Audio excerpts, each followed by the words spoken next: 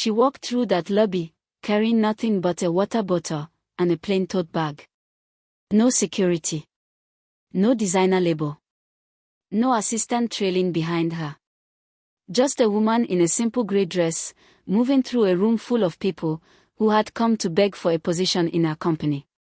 And before she could reach the corridor, one of them stopped her. "Excuse me. Are you here for the cleaning staff?" The room laughed. The woman in the grey dress looked at her. Slowly. Then she smiled. A quiet kind of smile. The kind that already knows the ending. And she walked to the back row and sat down quietly among the people who had just dismissed her. Stay with me. Because every single minute of this story is going to teach you something. Something about how you carry yourself. Something about how you speak to people you think don't matter yet. And if stories like this are your kind of thing, subscribe right now. Hit that notification bell. Because I post here every single week. And what I'm dropping next, it will leave you speechless. Now, let's go back to the beginning. The company was called Obim Properties. It sat in the heart of Metoma, Abuja, in a black glass tower with gold lettering above the entrance that caught the morning light like something the skyline had always planned for. Inside, the lobby was everything success looks like when it has been carefully constructed and not simply inherited. Cream Italian marble floors. A living wall of tropical plants behind the reception. A waterfall feature that made the air feel cooler than it had any right to be in Abuja in March. Framed architectural photographs of completed developments, gated estates in Asekoro, luxury towers in Wus, quiet residential communities in Gorimpa, that had changed what it meant for an ordinary Nigerian family to own something real. On this particular Tuesday morning, the receptionist led 5 candidates into the executive waiting lounge on the 4th floor. Gold-accented chairs. Glass table. A wall of windows overlooking a private courtyard of white lilies and still water below. Madam Edora is slightly delayed, the receptionist smiled. Please make yourselves comfortable. She returned shortly with a polished silver tray. 5 tall glasses of chilled freshly squeezed orange juice. Branded. Ice cold. The kind of small detail that told you exactly what kind of company this was. 4 of the 5 candidates reached for a glass, without hesitation. One of them did not. Aunty Nwosu did not grow up around wealth. She grew up around structure. Her father ran a building materials shop on the roadside in Nui. Cement bags. Iron rods.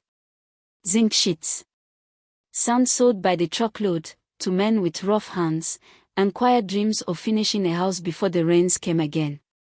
Edora sat behind that counter after school and studied those men. Not their faces. Their eyes.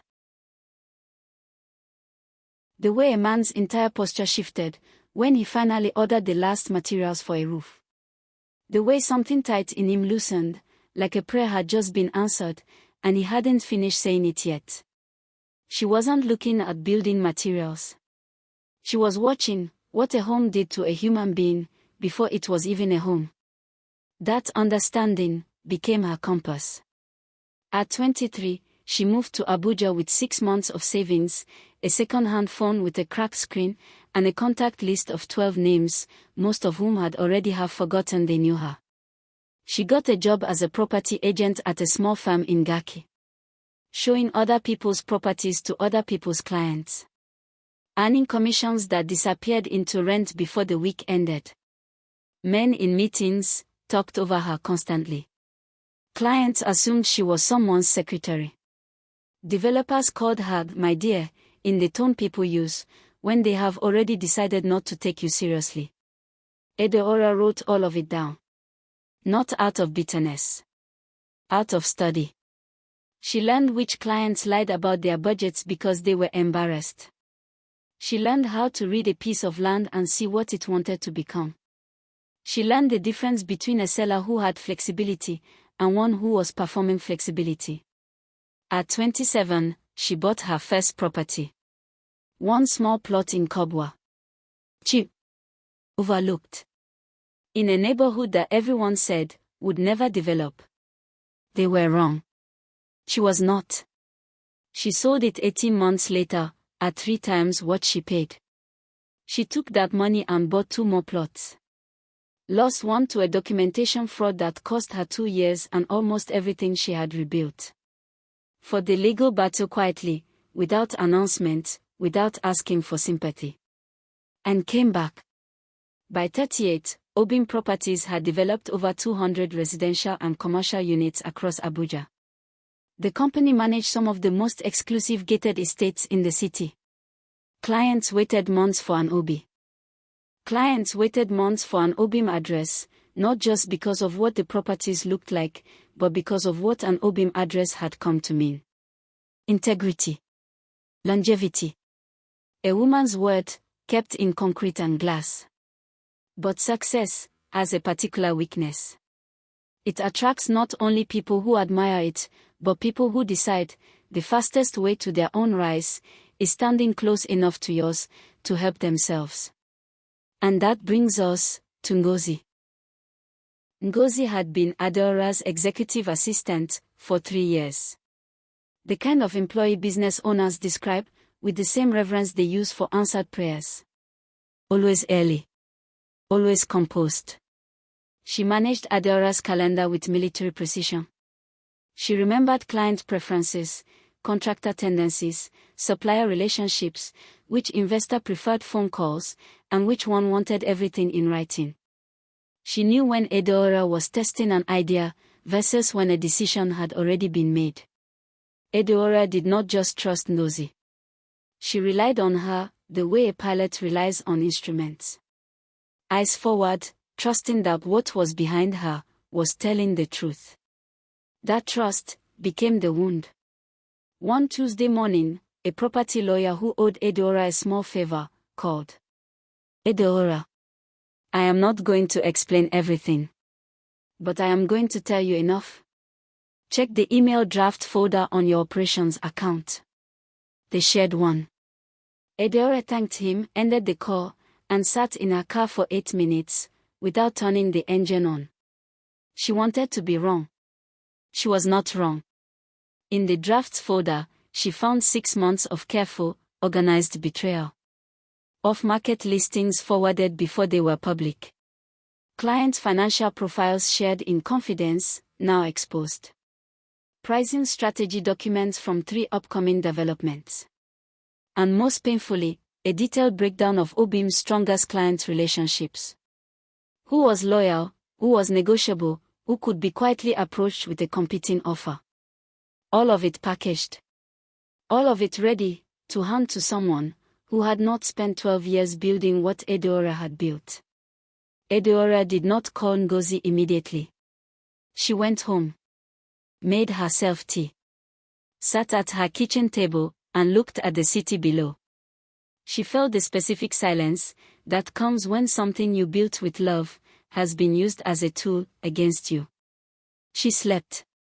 The next morning, she called Ngozi in. Placed the printed documents on the desk. Said nothing. Watched Ngozi's face travel the full distance, from confusion, to recognition, to shame, in the space of 10 seconds. Madam, please. I was going to. You are going to leave, Edora said. Not loudly. Without cruelty. With the quiet of a woman who had survived harder things than this. Your full entitlement has been processed. You will walk out of this building with your dignity. That is more than what you left, with the clients whose trust you traded. Do not make me reconsider my generosity. Ngozi left before noon. And Edora posted the vacancy, the same week. Chief of Staff, Obim Properties, Abuja. 412 applications arrived. He shortlisted 5. And she designed a test that none of them would see coming.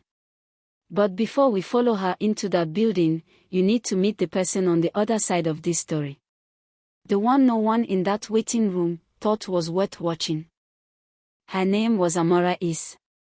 26 years old. From Nsukka, Enugu State. She lived in a single room near Life Camp, Abuja, the kind of apartment where the window faced a wall and the landlord knocked twice before entering, without waiting. She owned a camera, a cracked tablet, a neat folder of printed credentials, and a kind of patience that only grows in people who have learned that giving up was never really one of the options. For 2 years, she had worked as a property photographer for a mid-sized agency in Abuja. She woke before sunrise to reach sites when the light was still soft. She stayed after hours editing images that made ordinary rooms look like a promise someone intended to keep. In her own time, evenings and weekends, she rebuilt the agency's entire client management system from scratch.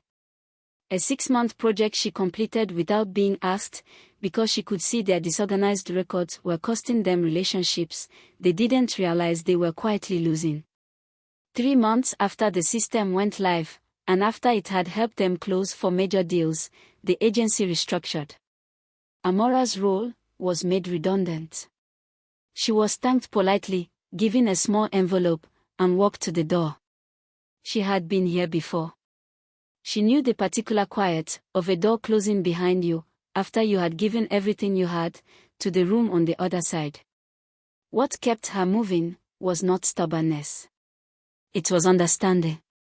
Amora loved real estate, the way some people love medicine.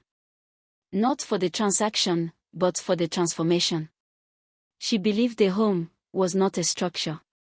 It was a declaration, a family made to itself. She had photographed the moment families received their keys, dozens of times. She had watched fathers stand in empty rooms and go completely still. Like the room was showing them a version of life they had fought years to reach. She had watched mothers run their hands along newly painted walls, as though the paint was something more personal than paint. She had watched children discover the echo in a hallway and laugh so freely, it filled every room in the house. That was what Amora wanted to spend her life building toward. When she saw the Obim property's vacancy, she sat with it for a full day. Then she prayed. God, you know where I have been. You know what I carry. If this door is mine, I am ready. And if it is not, please don't let me embarrass myself, reaching for someone else's. For 4 days, she prepared with the discipline of someone who has nothing to waste. She studied Obim's full development history and portfolio. She researched the Abuja luxury property market. She identified what she believed were 3 operational gaps in how the company managed client relationships after handover. The moment when clients received their property, and the relationship often went quiet when it should have become more personal. She wrote it into a quiet, professional briefing document. Unprompted. Organized. The kind of thing you prepare when you are trying to be useful rather than impressive. She practiced speaking about it until it stopped sounding like a presentation and started sounding like a conversation she genuinely wanted to have. On the morning of the interview, she wore a clean white blouse and navy trousers. Polished her shoes. Packed everything neatly. She looked at herself in the small mirror above her sink and said, "Whatever happens in that room, walk in with your head up." She had no idea the room had already begun watching before she arrived. Edora had planned to wear her charcoal power suit. The one she wore to negotiations she intended to win without raising her voice. Sharp shoulders. Perfect cut. The kind of presence that rearranges a room's hierarchy before you open your mouth. She put it on. Checked the mirror. Reached for her phone. Her daughter, calling from school to say she had left her lunch on the kitchen counter. In the distraction, Edora set the jacket on a chair and went to the kitchen. 40 minutes later, she reached for it. The cat had been there first. Fur. A small tear at the cuff. Completely unwearable, to an interview she was already running late for. Edora stood holding the jacket. Then she thought of her prayer from that morning. God, show me the one I can trust. Not the most polished. Not the most confident. Show me the one whose character holds when no one important is looking. She put the jacket down. She chose the grey dress. Flat shoes. Everyday tote bag. No watch. No rings. She left the building, looking like a woman with somewhere ordinary to be. She arrived at Obim Tower. Walked through her own lobby. Past security. Past reception. Down the corridor, toward the 4th floor executive lounge. And she was 3 steps from the door. When the voice found her. "Excuse me, are you here for the cleaning staff? Or do you have an appointment?" The speaker was Cynthia. Designer bag. Matching shoes. Nails done in something gold that cost serious money. The kind of surface presentation that communicates effort and sometimes hides the absence of depth. Edora stopped. She looked at Cynthia. Then, slowly, at the others. Tara had her phone angled toward her own face, adjusting something, not even fully present. Doreen giggled and looked at the window. Prey, composed and watchful, said nothing. But her eyes moved across the scene, like she was filing everything away. Amora looked up from her folder. And felt something shift in her chest. Something was not right here. Not because she recognized the woman. She didn't. But there was a stillness around the woman in the grey dress that did not match the way she was being spoken to. A stillness that doesn't come from having nothing. It comes from people who have already survived the very thing they are currently looking at. "No appointment," the woman said pleasantly. "I'll just find a seat." Cynthia raised an eyebrow.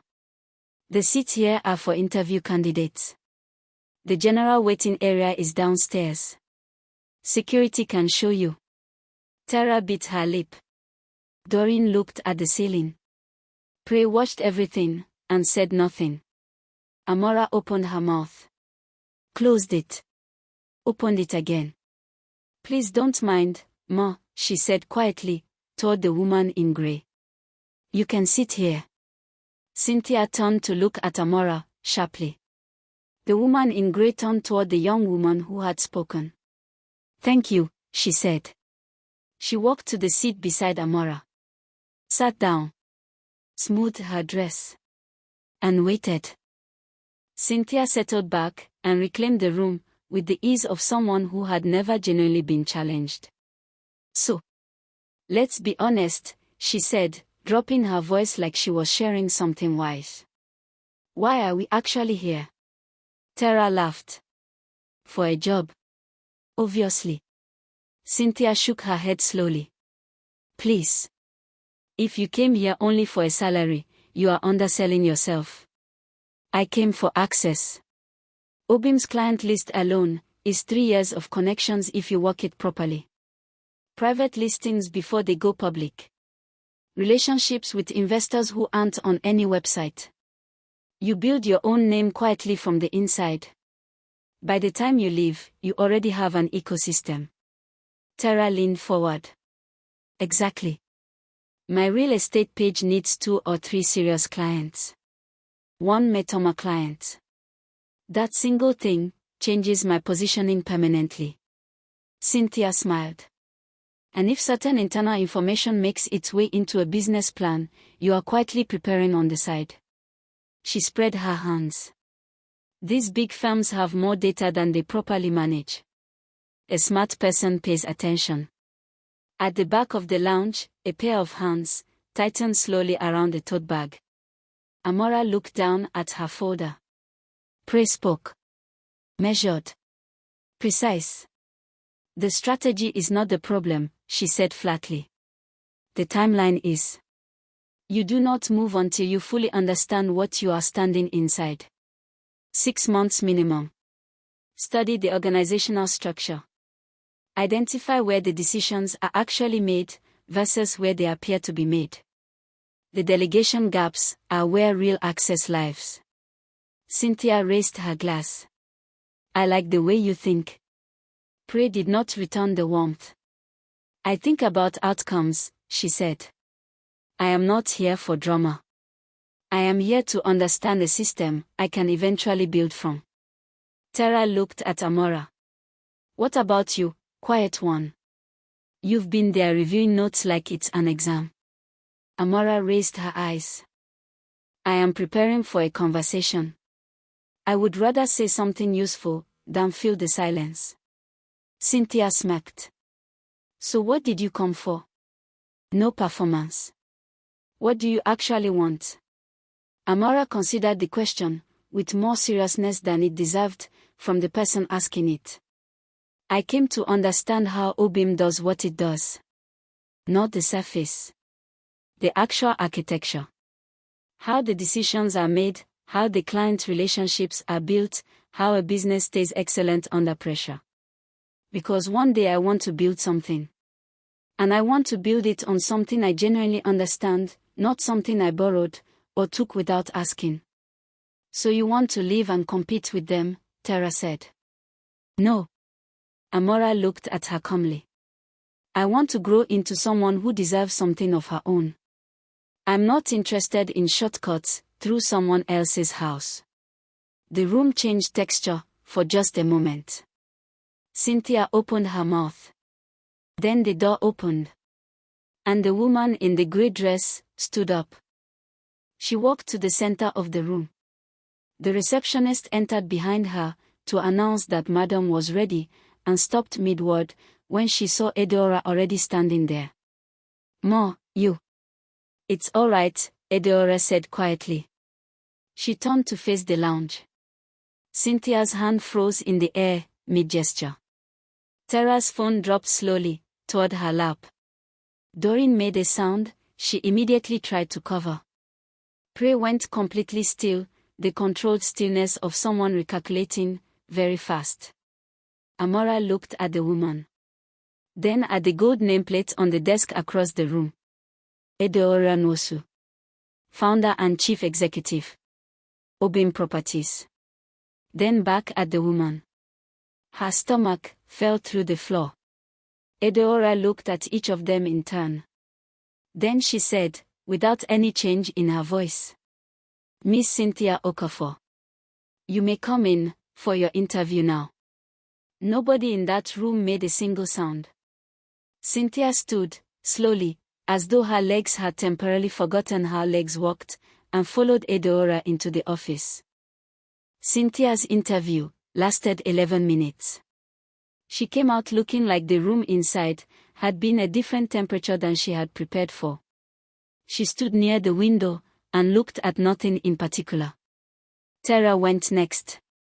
Adora's questions came quietly, with blades under them. If a senior client approached you privately, not through official channels, to share information about a competitor's property before it was publicly listed, what would you do? Tara's answer circled the question 3 times, without landing on it. How do you define the boundary between professional growth and professional exploitation? Tara smiled. The smile arrived alone. Her eyes did not follow. She came out looking like someone whose foundations had been quietly inspected and found hollow. Doreen's interview was short and gentle. She had not said the most damaging things in the waiting room. But she had laughed in the right places when cruelty needed an audience. Edora noticed. Because she understood, after 12 years of building something that required trusting people, that character is not only shown in what you do. It is shown in what you choose to celebrate when you think the room is yours. Prey was a different situation entirely. Sharp. Layered. She understood operational systems at a level most candidates would need years to reach. Her answers were precise, her thinking disciplined, her self-presentation almost without fault. But when Edora leaned forward and asked simply, Prey, can I trust you with something I have spent my life building? Prey paused. Half a second. She answered after that. With good words. But they both already knew what the pause had said. Then Amora sat down. She held her folder with both hands. The office was warm and personal, in the way offices rarely are. Behind Edora, a wall of framed keys to properties developed across 12 years. A hand-drawn map of Abuja on the opposite wall, covered in small colored pins, each one representing a completed project, a family relocated, a promise kept. Edora looked at her for a long moment. You knew something was different. When you saw me in the corridor. It was not a question. I didn't know what, Amora said. But I knew you were not someone who should be dismissed. Why? Amora thought about it, honestly. Because the kind of stillness you carried doesn't come from someone who has nothing. It comes from someone who has already survived the thing they are currently looking at. Edora said nothing for a moment. Then, tell me what you know about this company. And Amora spoke. Not with performance. Not with rehearsed polish. But with knowledge that had been earned, clearly and deliberately, through study. She spoke about Obim's development history, and where she believed the next growth phase would come from. She identified what she saw as a gap in the company's client relationship process after property handover. The moment when clients received their keys, and the company's attention often moved to the next sale, when it should have been deepening. She talked about what luxury in real estate truly meant, beyond finishes and addresses. When a family moves into an Obim home, Amora said, they are not only buying property. They are buying a promise. And the most important part of keeping that promise is not the day they sign the documents. It is the months after, when they are living inside what they purchased. That is when loyalty is either built or quietly lost. Edora set her pen down. Amora placed the unsolicited briefing document on the desk. Edora looked at it. Then at her. Why this company? Honestly. Because you build this business the right way, Amora said. And I want to understand what the right way looks like, from the inside. Not to copy it. To understand it so deeply, that when I build something of my own, it carries the same integrity. And if learning from me, one day makes you competitive with me. Amora did not hesitate. Then it means you taught me well. Not that I betrayed you. A particular quiet settled over the room. The kind that arrives after the right answer. 4 days later, Amora was in a small cafe near her apartment, updating her portfolio on the cracked tablet, when her phone rang. The number was unfamiliar. She almost didn't answer. She answered. Good afternoon. Am I speaking with Miss Amora? Yes. This is Obim Properties. Madam Edora would like to offer you the position of Chief of Staff. Amora set the tablet down, very carefully. The cafe around her continued its noise. Someone behind her was arguing with a vendor over change. A generator hummed from outside. The ceiling fan above her was doing its best. She thanked the voice. Confirmed her acceptance. Ended the call. Then she walked outside, stood on the pavement in the Abuja afternoon, looked up at the sky, and exhaled. Slowly, and completely. Like she had been holding something in, for much longer than she had known. A woman passing her stopped to ask if she was alright. She was. She was, more than alright. Working closely with Adaora Nwosu was not what Amora had imagined, from outside the building. From outside, Obim Properties was success. From inside, it was standards. Edora corrected everything that was almost right. An email sent with a vague subject line, rewrite it. A client response that was polite but did not answer the actual concern, what does this client genuinely need? Answer that. A report with the right data in the wrong sequence, structure is thinking made visible. Rethink your structure. Amora, she said once, during a late evening when they were reviewing a proposal side by side, the difference between good and excellent is not talent. It is the discipline to care about the details that nobody will ever praise you for getting right. Amora wrote it down. She wrote many things down. She watched how Edora spoke to contractors who needed correction, without humiliation. She watched how Edora managed a client who had changed a specification 3 times, with a patience that was not weakness, but something more durable than frustration. She watched how decisions were made that protected the business and the relationship simultaneously, as though both things were equally non-negotiable. She watched how a company was not just run. It was held. Month by month, the trust built, and with it, the access. First correspondence. Then client reviews. Then site meetings. Then strategic planning sessions, where Amora sat across from people who had once looked past her, and who now paused to ask what she thought. She never forgot where she came from. 2.5 years in, Edora called her into the office on a quiet Friday afternoon. 2 cups of tea. You still want your own firm? Amora looked up, carefully. Yes, Ma. Good. I would be disappointed if you didn't. You're not worried about it. Edora looked at her, with something between amusement and quiet seriousness. Amora. I brought you inside so you could grow, not so you could make yourself permanently small, in my shadow. Betrayal is when someone takes what was not given. Growth is when someone lives with what they earned, and builds something honest from it. Amora's throat tightened. One day, Edora said, someone will come to you, hungry and talented and entirely overlooked. And I need you to remember that you were once exactly that person. I won't forget. Don't only remember it, Edora said. Promise me, you will do something about it. Amora looked at her. I promise. 2 years after that Friday afternoon, Amora launched Ease and Ground Property Consulting. A boutique firm focused on entry-level luxury for young Nigerian families taking their first serious step into real property ownership. The first development she completed sold out before the official launch event. Aunty Nwosu was the first person to post about it publicly.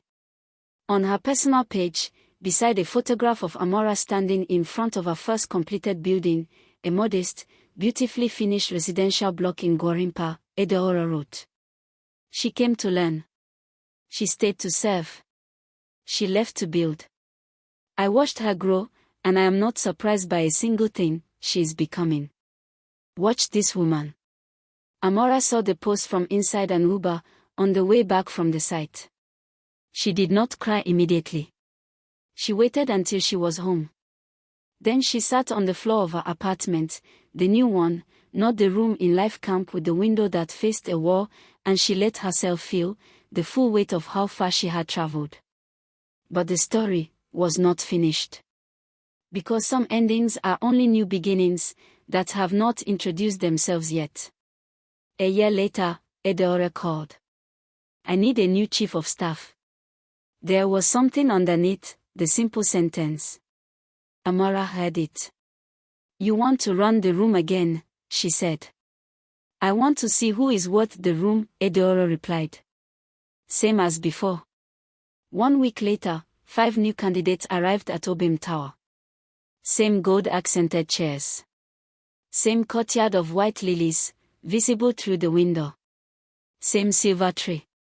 Same chilled orange juice. And sitting quietly among them, in a simple white blouse, flat shoes, hair natural, nothing about her designed to be noticed, was Amora. She looked like another hopeful applicant. She looked like someone who had come asking. The juice came out. 3 candidates reached for it, without hesitation. One took a glass and set it on the table without drinking. One shook her head politely. Then the side door opened. Edora walked in. Grey dress. Flat shoes. Water bottle. Plain tote bag. A woman who looked like she had somewhere unremarkable to be. One candidate looked up and frowned. Please, This lounge is for the interviews. Are you looking for reception? Another didn't glance up. Security is on the ground floor. A third leaned toward the person beside her and whispered something that made them smile. Amora lowered her eyes. In that moment, 3 years folded into a single second. The lobby. The corridor. The voice that told a woman who built a tower that she was in the wrong place. And Amora understood, completely now, in a way she had only partially understood before, what Edora had understood, from the very first moment she stopped walking. When you believe someone has nothing to offer you, you stop performing for them. And the version of you that appears, in that unguarded moment, is the only version that has ever been telling the truth. Edora walked to the back of the lounge and sat down.